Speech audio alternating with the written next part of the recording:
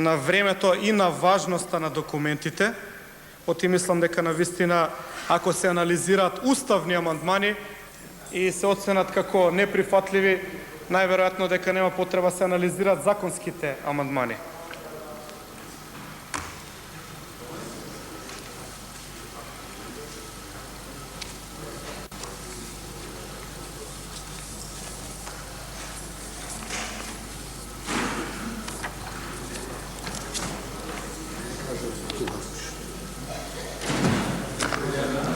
Во врска со уставните амандмани,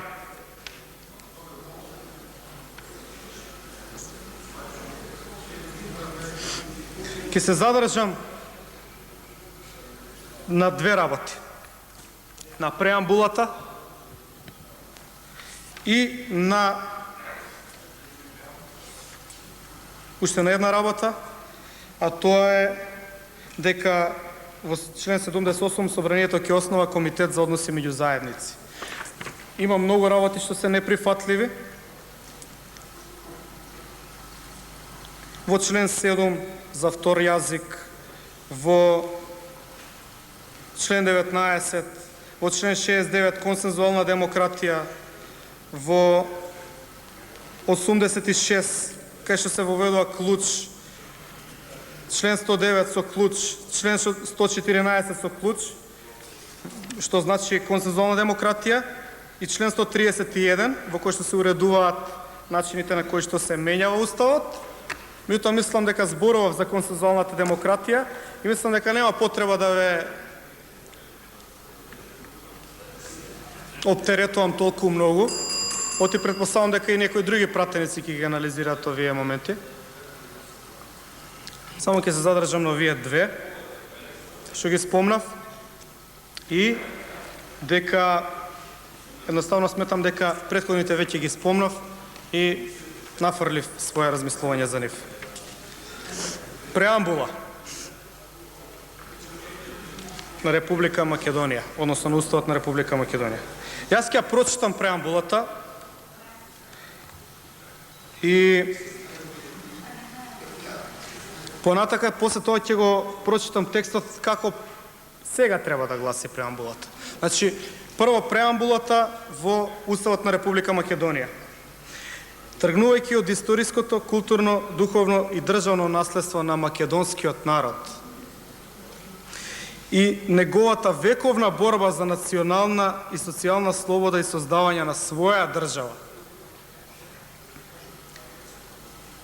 И сега ќе ги прескокнам тие некои работи кои што сметам дека се небитни, за тука да се потенцираат, иако сметам дека преамбулата збор до збор е слово како Библија, барем за мене. Иако многу мислат дека не треба така да се гледа уставот, дека тоа е променлива категорија, дека тоа е нешто што може да се модификува како ќе дувне ветерот. Ја мислам дека цврстината на една држава се гледа по тоа колку е цврст односот кон уставот. Оти американскиот устав, иако е несоодветна споредбата, има 213 години од своје донесување, нема повеќе од 20 и нешто амандмани. А ние имаме сега пакетот над 30 амандмани само во овој круг. И уште еден дел е битен. Историскиот факт дека Македонија е конституирана како национална држава на македонски народ, во која се обезбедува целосна граѓанска рамноправност и трајно сожителство на македонскиот народ со албанците, турците, власите, ромите и другите националности кои живеат во Република Македонија. Гледајте, ја не мислам дека овој текст дискриминира некој. Плюс тоа, нема правно дејство. Има историско објаснување. Овој дел од текстот кажува дека ние, шака луѓе, последен народ во Европа, сме се собрале, сме имале тешкоти 10 века, 20 века, кој од каде сака нека смета, и сме направиле собствена држава. Таа преамбула не ве негира вас позади што седите, господа албанци. Ве пишува. Меѓутоа, ја кажува основата на нашите залагања. на десетици генерации.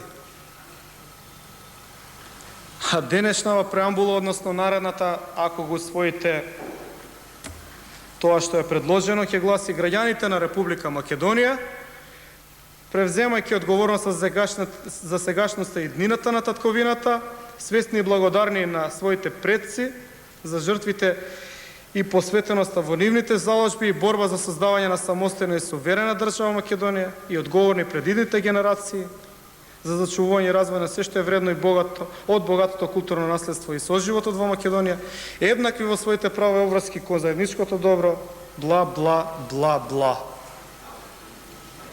Кај е тука македонскиот народ? Кој може да гласа за ова?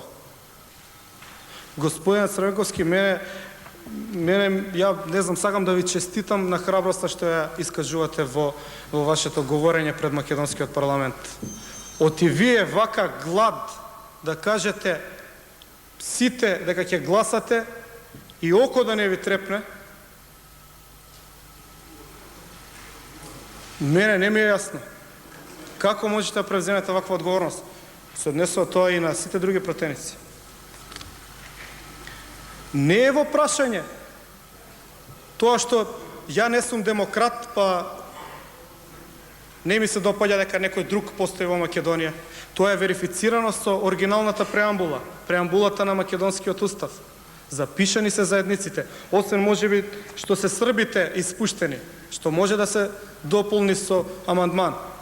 Па сега ќе кажат тука уставни експерти, не постои устав од ваков тип во Европа, освен уставот на Словачка.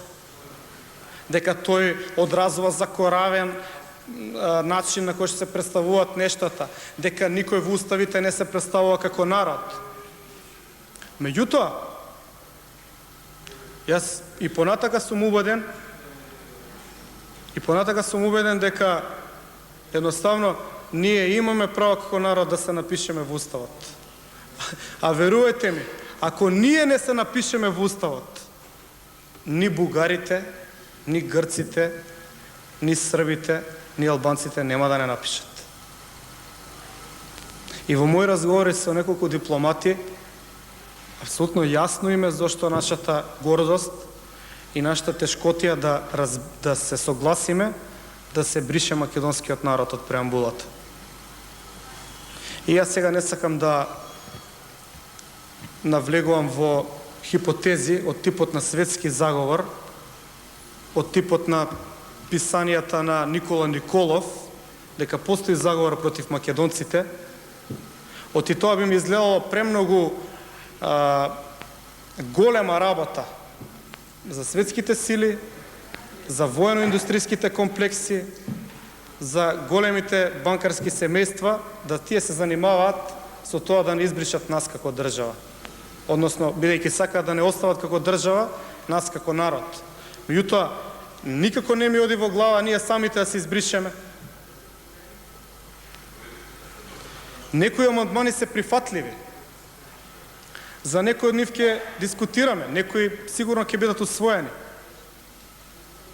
Меѓутоа, да прифатам амандман, да се избришам, ја во најмала рака немам пренесено од граѓаните такво властување. Ако утре македонскиот народ на референдум излезе и каже ние се бришеме од уставот, а тоа е еден од единствените документи во кои што нас не пишува, кои што се верифицирани од државата, освен учебници на поединци или на, ако сакате наречете ги авантуристи, па каде ќе постоиме ние?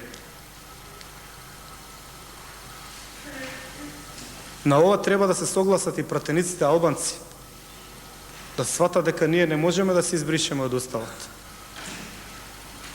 И мислам дека преамбулата не може да биде прифатливо да се замени или избрише или промени во однос на тоа каква беше, каква е во моментот и се надевам ќе остане и во однос на тоа каква треба да биде.